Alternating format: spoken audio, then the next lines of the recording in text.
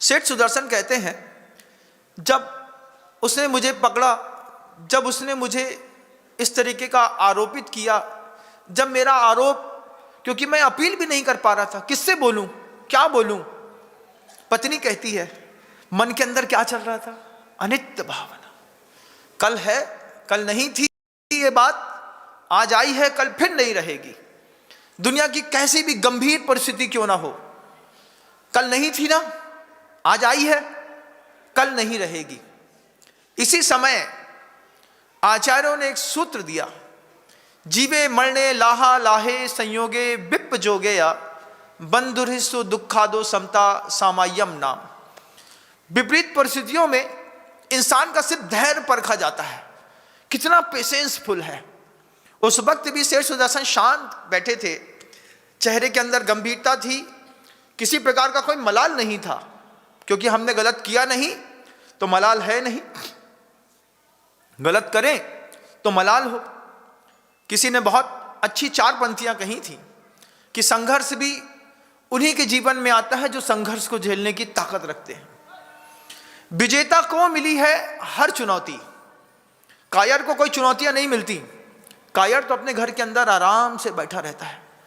विजेता को मिली है हर चुनौती, हर चुनौती का मजा कुछ और ही है।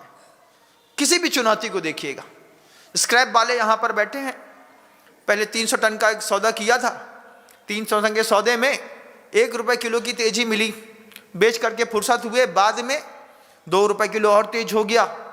अफसोस 300 टन माल 1 ही रुपए में तेजी में बेचा। कैपिटल लॉस नहीं है, लेकिन अगर आपकी इनकम में भी, प्रॉफिट में भी लॉस हो जाए तो आप लोगों को लॉस लगता है। कैपिटल लॉस नहीं, प्रॉफिट लॉस लगता है। फिर बाद में और मिल जाए और बेच दें, और मिल जाए और बेच दे।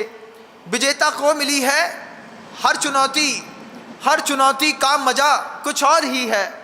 और जीतने के बाद भी यदि गम रहा तो सोच लो, उसकी रजा कुछ और ही है।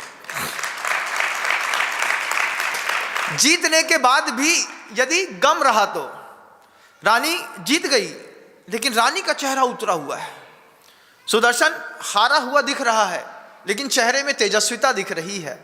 सब देख रहे हैं, रानी उदास है और सुदर्शन मुस्कुरा रहे हैं। अपराधी मुस्कुरा रहा है और जो ईमानदार है वो उदास है। क्यों? वो इसलिए कि कभी भी मनोबल नहीं टूटता जो गलत नहीं करता, गलत करने वाले का ही मनोबल टूटता है। सेठ सुदर्शन ने गलत नहीं किया, पत्नी से शाम को कहता है, अनित्य भावना सोच रहा था, परिस्थितियां अभी हैं, कल नहीं रहेंगी। कितनी भी अच्छी परिस्थिति हो बंधुओं, उसमें भी ये ध्यान रखिएगा, अभी है, कल नहीं रहेगा। पंचम काल में आए ना तो पाप पुण्य के उदय चलते रहते हैं। जब पुण्य का उदय चल रहा हो, उस पुण्य के उदय में दुनिया का हर बड़ा काम कर लो, क्योंकि पुण्य का उदय भी हमेशा ना रहेगा। तीर्थंकर से बली उनकी ना चली, मौत ना टली, तो फिर क्या करिए, जो भगवान ने किया वही आचरिए। तीर्थंकर से बली उनकी ना चली, उनकी भी मौत ना टली, तो फिर क्या करिए। जब कभी भी गुरुजी कहते हैं तीव्र पुण्य का उदय चल रहा हो, उस तीव्र पुण्य के उदय में जितना दुनिया का सत्कार है सब कर लो, क्योंकि ये पुण्य भी कभी ना कभी किसी मोड़ पर साथ छोड़ देगा। फिर जब कर्म के उदय आएंगे सुदर्शन के जैसे, उस वक्त याद आएगी, एक समय था महाराज, खूब आता था, जब आता था तो खूब दे दिया, खूब बना लिया, खूब प्रभावना कर ली। आज परिस्थिति है नहीं, मन तो है। अंतिम समय में कर्ण की परिस्थिति नहीं थी, मन था दानवीर कर्ण का। अंत समय में जाकर के मृत्यु शैया पर पड़े हुए कर्ण से पूछा, भिक्षाम देहि।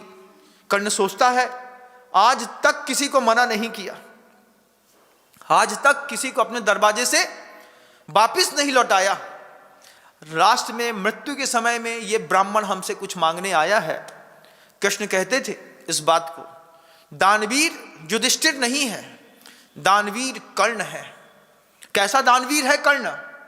जब कृष्ण ने खुद बताई ये बात, एक ब्राह्मण बारिश के दिनों पे महाराज युधिष्ठिर के दरबार पर पहुंचा। बारिश के दिनों में दरबार पर पहुंच करके ब्राह्मण कहता है महाराज से, महाराज मेरा पुत्र मर गया है और पुत्र की अंत्येष्टि के लिए सूखी लकड़ियां चाहिए, वो भी चंदन की, क्योंकि मेरे लड़के का नाम चंदन था। उसने चंदन जैसा जीवन जिया, मैं उसको चंदन की लकड़ी पर जलाऊंगा।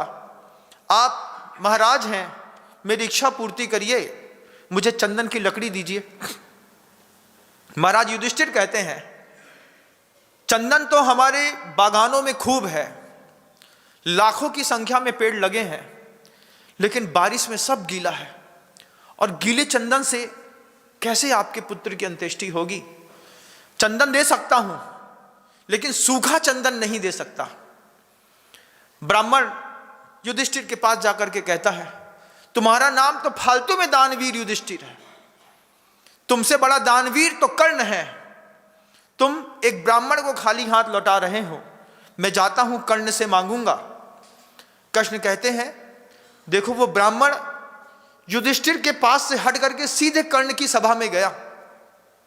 कर्ण से कहता है कर्ण मेरा पुत्र है, उसका नाम चंदन, वो मृत्यु को प्राप्त हुआ है और उसको सूखी लकड़ी से मुझे चंदन की लकड़ी से जलाना है, मुझे चंदन की लकड़ी दो।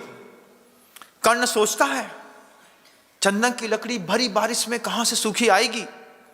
1 मिनट सोचा और तुरंत मुस्कुरा दिया कर्ण।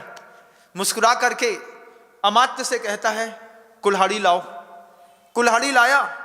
सामने राजसभा में चंदन की लकड़ियों के सूखे बहुत चमकते हुए दरख्त खड़े थे, कार्विंग किए हुए।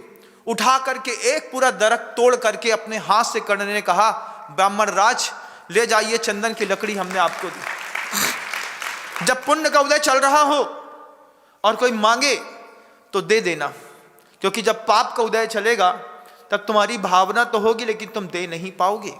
आज पुण्य का उदय है, कर्ण ने दिया। कर्ण ने मृत्यु के अंतिम समय में भी दिया। कर्ण का संकल्प था मेरे पास होगा, कोई मांगेगा मैं मना नहीं करूंगा। क्या गजब का संकल्प है, मेरे पास होगा, कोई मांगेगा मैं मना नहीं करूंगा, क्योंकि पुण्य का उदय अभी चल रहा है।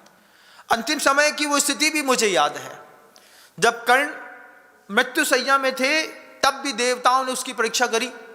कर्ण से कहते हैं मुझे अपनी बच्ची की शादी के लिए कुछ चाहिए, स्वर्ण का दान करो। कर्ण के पास कहीं स्वर्ण नहीं था।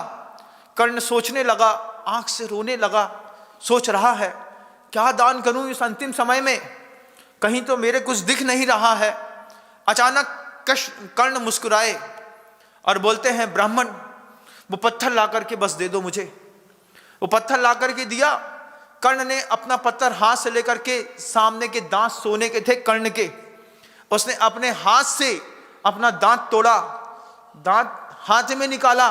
निकाल करके ब्राह्मण को देने से पहले कर्ण के दिमाग में गया कि इसमें तो खून लगा है, आंख से आंसू बह रहे थे। उसी आंसू से उस सोने के दांत को धो करके कहता है ब्राह्मण ये लो। क्या गजब का दान वीरता का उदाहरण सिखाया। अगर आपको मेरी वीडियो अच्छी लगती है तो प्लीज़ मेरे चैनल को लाइक करें, शेयर करें और सब्सक्राइब करें। Thank you.